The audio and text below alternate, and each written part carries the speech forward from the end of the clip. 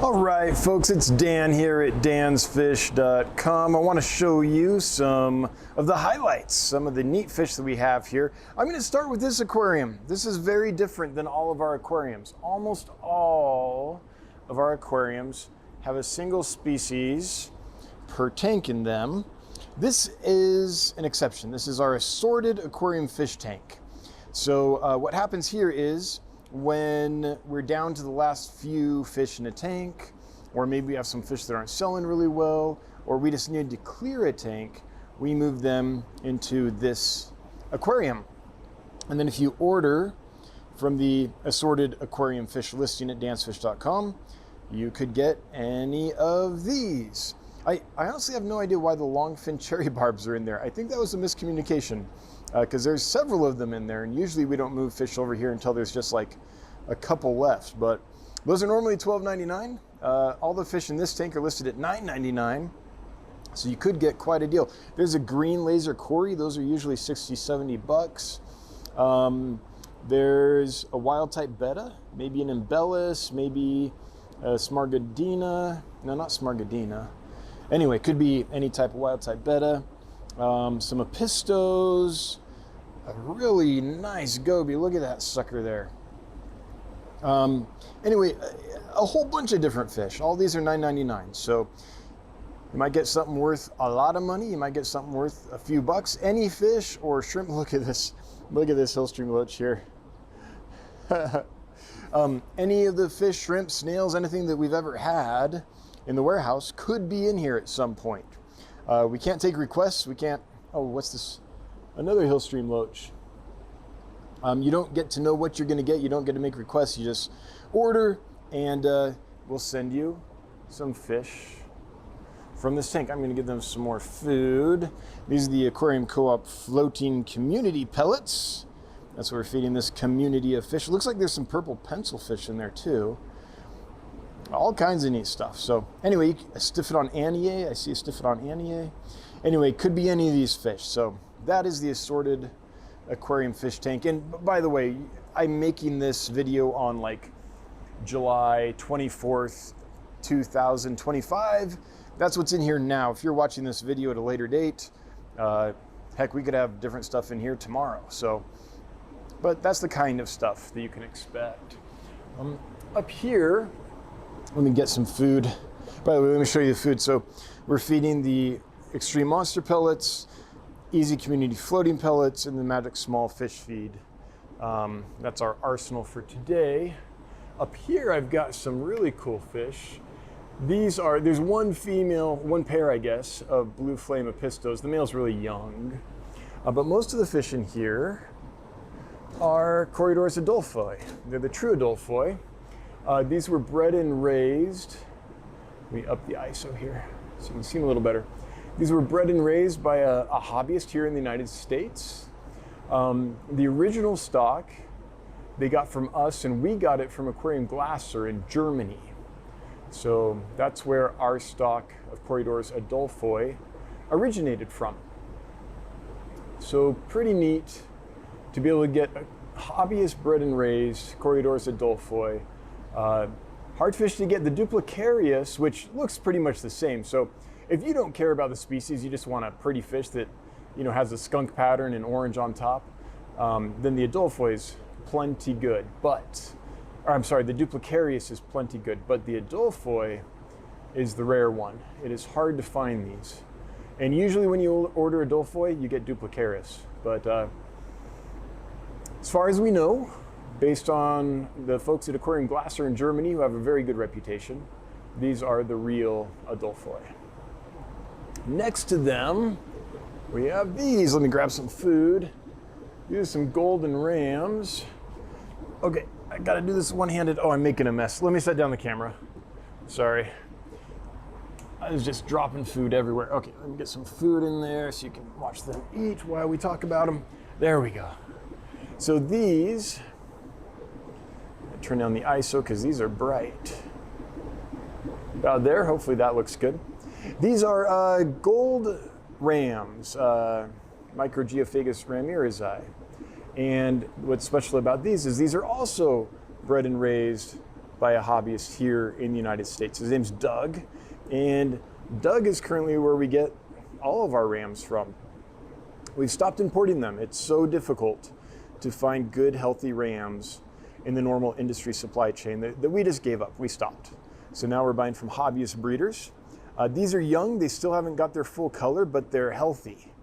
So as they grow, they should turn into absolutely stunning fish. The gold ram is just a real beauty when it settles in, grows up, and gets its color. But anyway, yeah, hobbyist bred ones. Okay, up here as well. Okay, I gotta set down the camera again so I can grab some food and talk about these Cardinal Tetras. Just a second.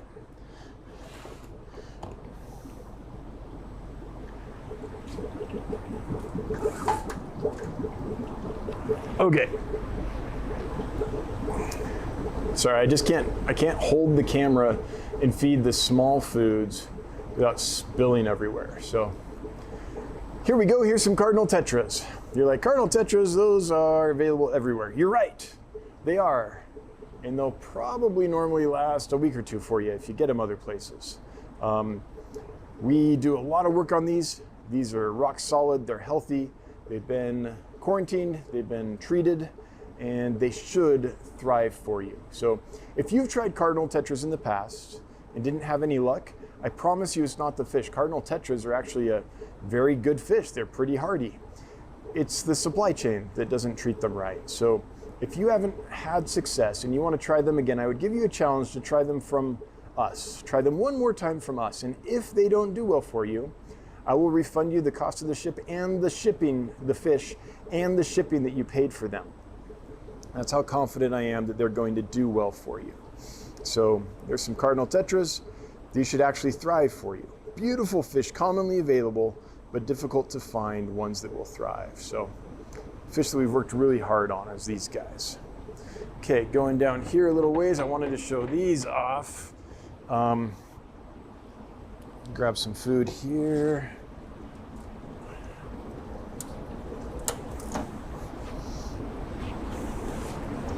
All right, these guys keep getting better and better with age. I showed them a few months ago, and we sold a few, but these are albino Manacapuru angelfish. So a very beautiful wild type angelfish, but the albino form of it.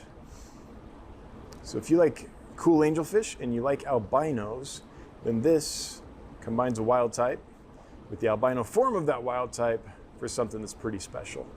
So this is what they look like. They're getting nice finnage. They have the red eyes, and they have that, that pattern, especially in the dorsal fin. Manacapuru albinos. Down here, we're going to talk about these platies as soon as I get some food for them.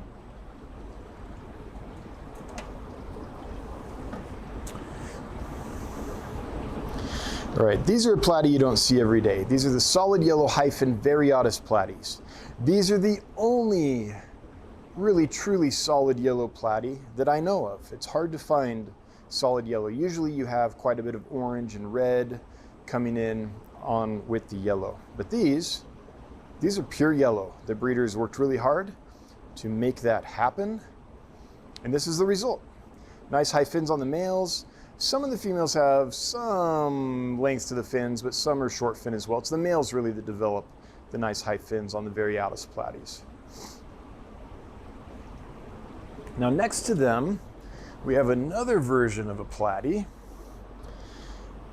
These are the fancy sunrise high fin platies. We call them that because they're so pretty. You have orange and yellow. Some of them have more orange, some of them have more yellow. You can see there's a little variation here. But a really bright, glowing, beautiful fish that it tends to grab your attention from across the room. These are just stunning. This is one of my favorites. Like,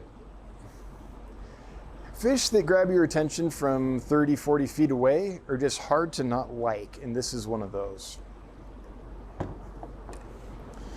I forgot to feed him, so set the camera down while I put some food in there. Now here's another one I like a lot. This is Chindongo saulosi. Let me grab some food and I'll talk about them in just a second.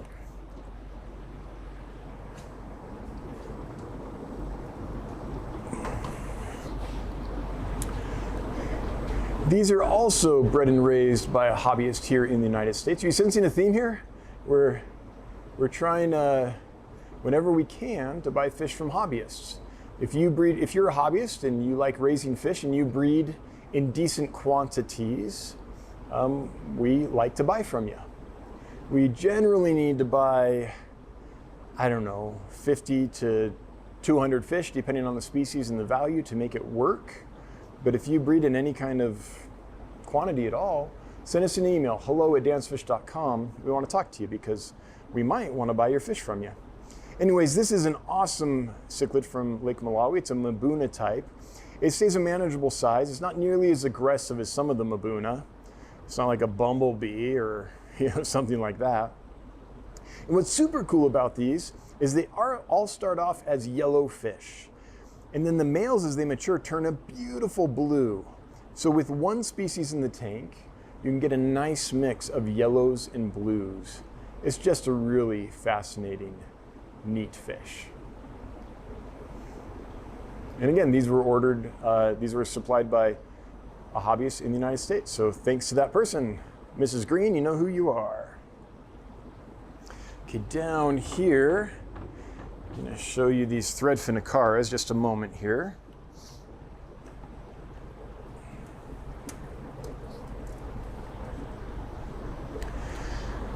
I wish I had some full-grown adults to show you. Oh, let me turn down the ISO. These are white fish and they're just blowing out the camera here. Just a second.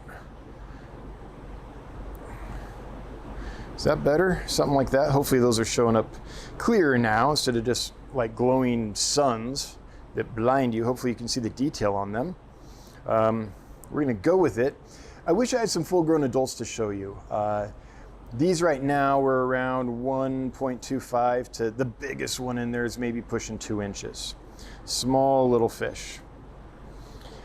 But when they grow, they stop being just pretty much plain white like this, and they get beautiful yellows and oranges and reds on them, nice spangles, absolutely stunning cichlid. They get a manageable size, they don't get massive, they're fairly peaceful for a cichlid. They remind me a bit of a geophagus as far as temperament and such goes.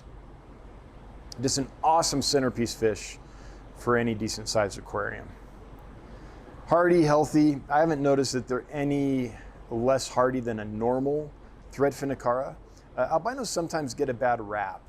And for a lot of species, I don't think it's deserved. And this is one of those where I think the albinos are honestly just as hardy as the natural colored forms. All right.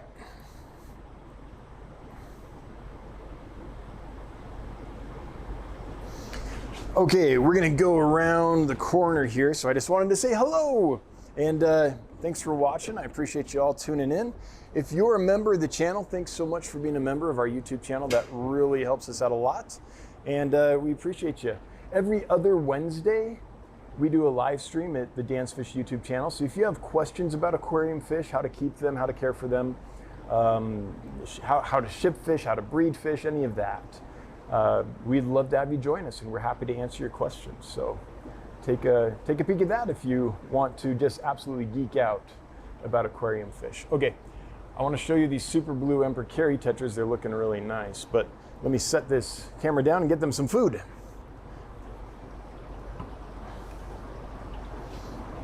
Okay, grabbing some food. And now I can show these to you. Okay, let me fix this here so they show up. Now these, I think, are amazing fish. They're every bit as beautiful as an Emperor Kerri tetra, but with even more blue, and it's an iridescent blue. It's a deep blue, like Superman blue, even a little darker than that. Purple overtones, red on the anal fin. Females have the bright orange adipose fin, which is interesting. On the males, it's pretty much blue. On the females, it's bright orange. So it's interesting that the females have a more brightly colored fin than the males, but they do. Oh, they all went over here behind. Unfortunately, behind the writing is where the big group went. But hopefully it's showing up in camera how absolutely beautiful these are. As they turn in the light, hopefully you're getting a sense of that iridescent blue. Iridescence doesn't show up on camera very well. It's hard to capture, but every now and then the fish will turn in the right direction and hopefully it'll give you an idea. But absolutely stunning fish, just really, really beautiful. Okay, here's another one I gotta grab some food for. Okay, just a second here.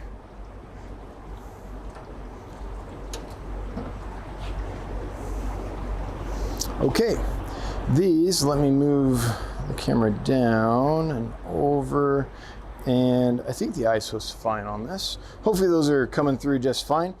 These are also sourced from a hobbyist breeder here in the United States. They actually delivered these to us at the 4th of July barbecue that we had recently. Look at them go to town. These are a nice group of long Fin Corydoras paleatus. Sometimes they're called the salt and pepper Cory, but we don't call them that because Corydoras habrosus is also called salt and pepper Cory, and we don't want to confuse people. So we call these paleatus. This is, I need to get more food. Look at that. Isn't that fun to watch? Check them out. They're like little tornadoes around the food. Hang on, I'm going to get more.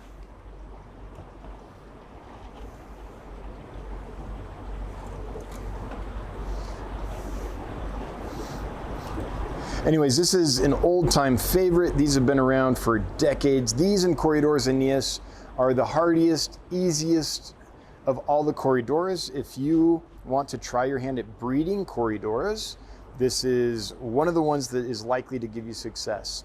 But if you don't want to breed, if you just want a neat-looking catfish with nice long fins, you know, a little showy, then these are a good one to go with. Corydoras are super peaceful. They get along with everything. They don't harm any other fish. They don't harm themselves. They're a make love, not war kind of a fish. The one thing they do need is groups. They don't do well singly. They much prefer to be in groups of their own species, and the more the merrier. Now, you can keep them with other species as well, but they want to be among their own kind in good groups. So what I'm saying is they're a good community fish, but don't just put one in your community tank. Get a group of them so they can shoal around together with the other species in your community tank. I think I said that right. Anyway, don't just get one. They'll be lonely, they'll be sad, they won't live as long. That's just fun to watch. Look at them go. Okay, these are the next one, the red grass guppies.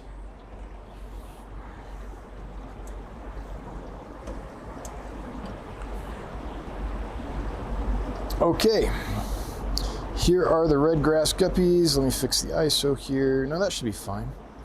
And look how beautiful they're turning as they grow. They're turning into some really nice, really beautiful fish. So there's some variation in there, but if you order the red grass guppies as of July 24th, 2025, or somewhere around there, this is the batch we currently have. Good eaters, doing really well, acting healthy. They've passed our lab inspections for health checks, and they should do really well for you. Okay, another guppy. We can grab some food.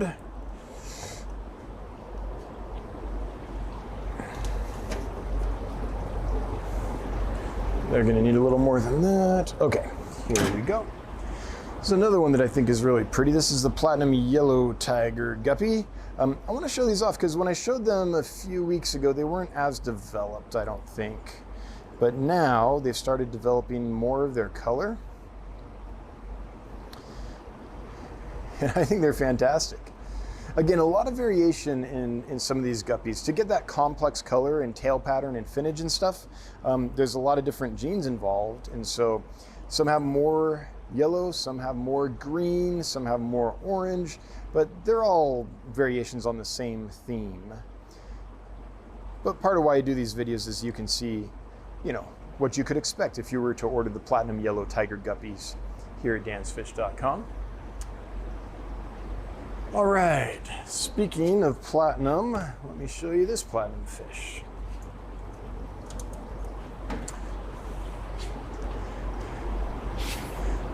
Okay, here they are.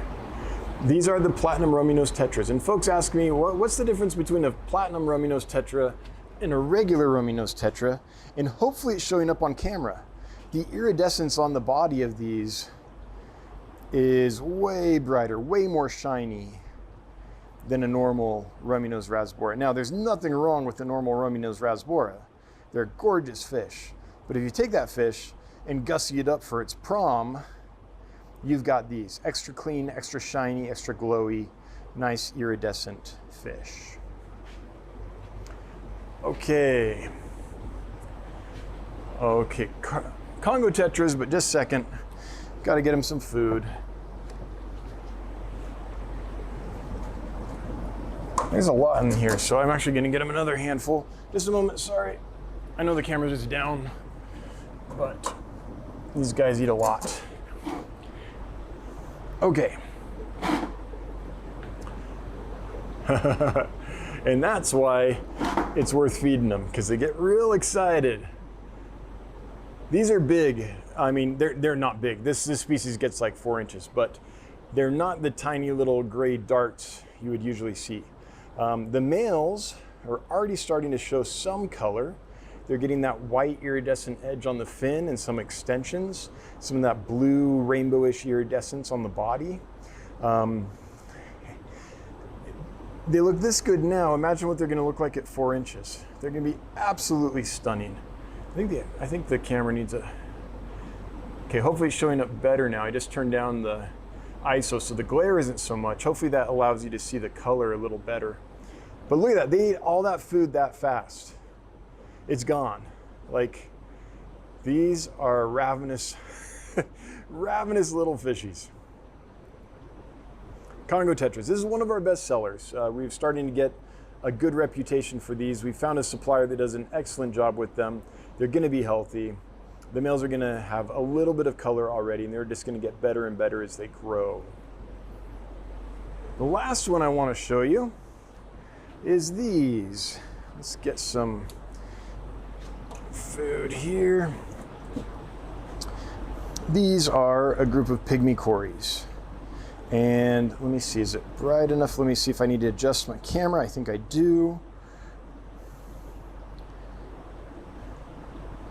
Okay, hopefully they're easy to see now. And I'm gonna stop moving the camera, just hold it still and see if they'll come to the food. The camera does freak fish out. It looks like a big predator's eyeball or something. But this is a nice big group of Pygmy Corys. I hope they mob the food. It's so fun when they do, but with this camera here, they're being a little bit more shy than normal. The thing I love about Pygmy Corys is you need to keep Corys in groups. We already talked about that. And these make it easy. They're so small, you can get a big group in a modest size aquarium without any problem when you get these little miniature dwarf species. So this one, Histatus, habrosus, and a few others are awesome for your aquariums. Even if you have just a 20-gallon, you could get a nice sized group. So they allow you to keep Corys like they're meant to be kept, even when you don't have a lot of space. Here they go. Now they're starting to get on that food. This is the Extreme Monster Pellet, and they like it a lot. And a big group of these, just a ton of fun. They clown around. The one thing that's different about these than your other Corys is they tend to swim mid-water a little more than some of your larger Cory species. The little pygmies do. So they're just a little more active. They're still, towards the bottom of the aquarium, but they'll go up to the, third of the water column and kind of swim around. They're usually on the bottom, but they will kind of get together and go swim up as well. So a little bit different behavior. Besides that, though, they're pretty much like your standard Corydoras. All right, let's see if we can do an outro here. I turned off the work lights in the warehouse to try to cut the glare so the fish were easier to see. So I have no idea if you're going to be able to see me. It might be too dark, but hopefully you can see me. And I just want to say thanks for watching. I appreciate you all being on this fishy journey with us here at Dan's Fish. We love being able to come into the warehouse every day and do this for a living. So if you need some aquarium fish, shrimp, or snails, check us out. If you need some food or plants or other dry goods and supplies, check out Aquarium Co-op. They do an awesome job, and they do a good enough job that I like to support them. And they're not going to kick me any money for saying that either. I just think Corey and the Aquarium Co-op do a good job. So they support us, we support them. It's a beautiful thing. Anyways, until next time, I hope you have a good one. Bye-bye.